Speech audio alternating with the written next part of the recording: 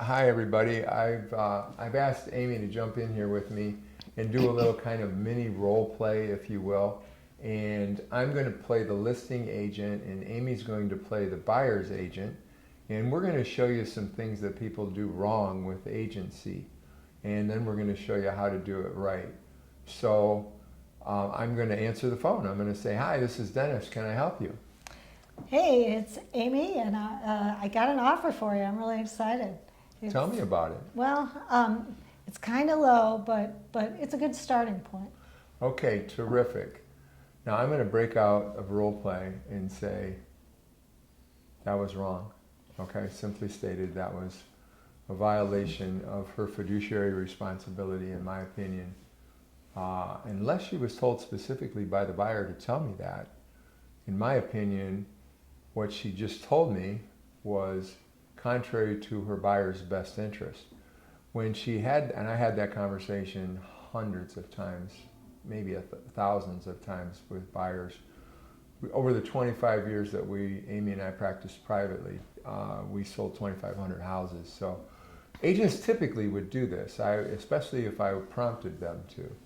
And the reason it's a problem is because she has telegraphed to me, perhaps unintentionally, that this really isn't their best and final offer. This is, to use her term, a starting point, which means that I know there's thousands of dollars that I'm not about to leave on the table for my sellers.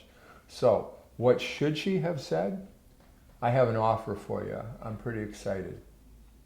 I'll send it over to you as soon as possible. Please review it. If you have any questions, let me know. I'm anxious to put something together with you." Okay, we're going to do couple more. Hi, this is Dennis. Can I help you? Hey, I have a counter for you on that offer. Oh, terrific. Okay. They came back at $295, but I think there's a little more room. Okay. Well, again, here's a telegraph saying I might come up, okay?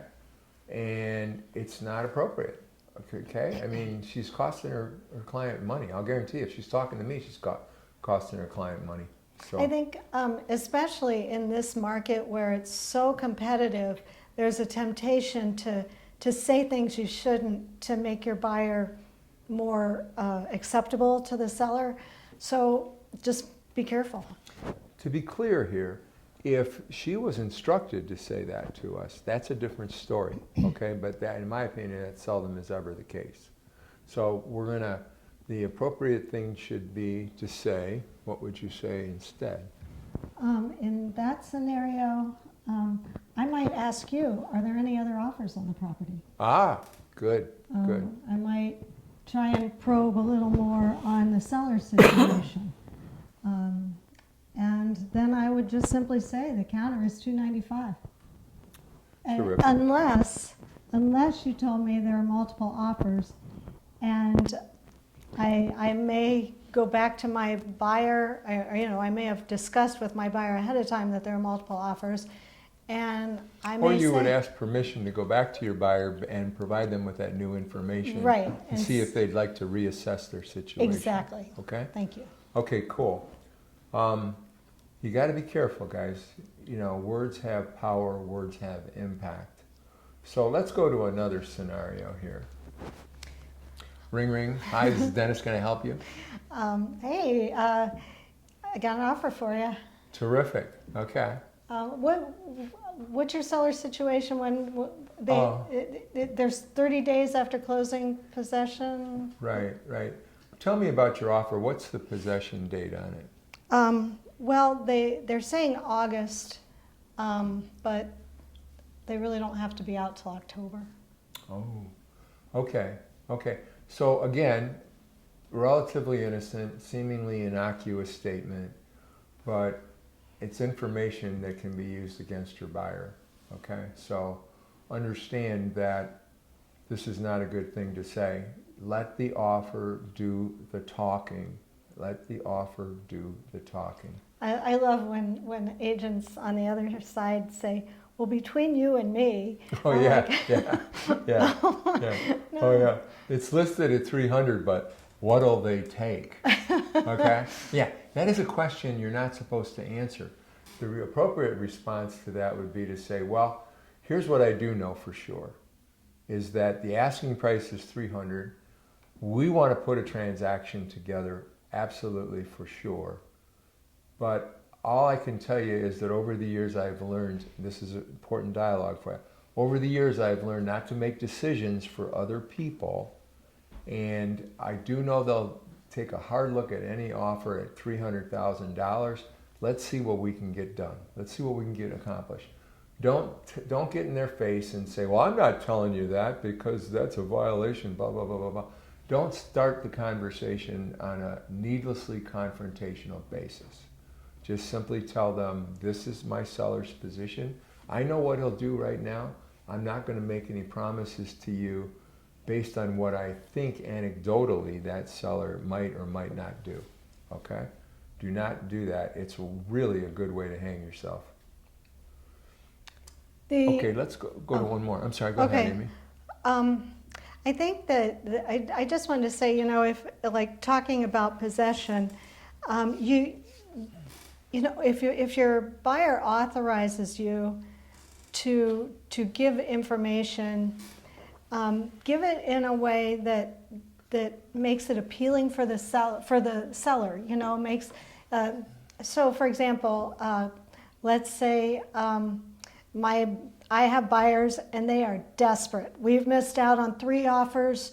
They got to be out of their current house, very soon. We're talking to this, we've made an offer, and I might say something like, my buyers are kind of in a crunch, excuse me,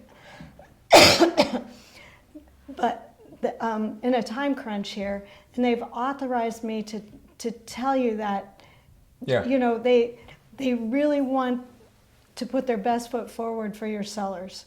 And what do we need to do to make that happen with this offer? As long as you have those instructions, exactly. That's fine, okay? So the next one, I'm going to apologize up front if I start waving and stuff, because this one makes me totally nuts, okay? You're in a situation, there's 8 offers on the property, and you go to the seller and you say to them, well, this is by far the strongest offer because it's a cash offer. Maybe. Maybe not. In my opinion, sometimes people that have financing available, they have a full and unconditional pre-approval. Sometimes a veteran offer is the best offer. Sometimes an FHA offer, depending on the condition of the property and the circumstances of your seller, might be the best offer. Sometimes you're going to notice agents pleading with you to consider their offer when there's multiple offers on it. And I'm going to plead with you in the strongest possible terms to remember who you're working for. And if the strongest offer contains financing and you have assurances that financing is in place and it's full and unconditional, I would strongly ask you to consider the possibility of asking a lot of questions and then recommending an acceptance based on that. We've historically have taken marginalized purchasers, FHA purchasers, VA purchasers, 3% down conventional purchasers, and marginalized them all in favor of a cash offer. I not only think that that's not in our best interest, it certainly in most cases is not in the best interest of the client, as long as you do the due diligence and you do the work necessary to be a professional in this situation. So long story short, we tried to get you live with a couple of these kind of situations to see how they would play out. And here's the message. Your declared agency should match your behaviors. In other words, if you're working for the seller, get them the most amount of money under the best possible circumstances. Be very careful about what you say.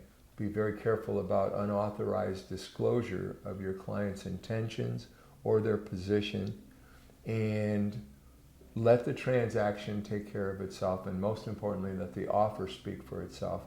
Don't become the agent of the transaction. Remember who you're working for. You're not working for a paycheck, you're working for a client.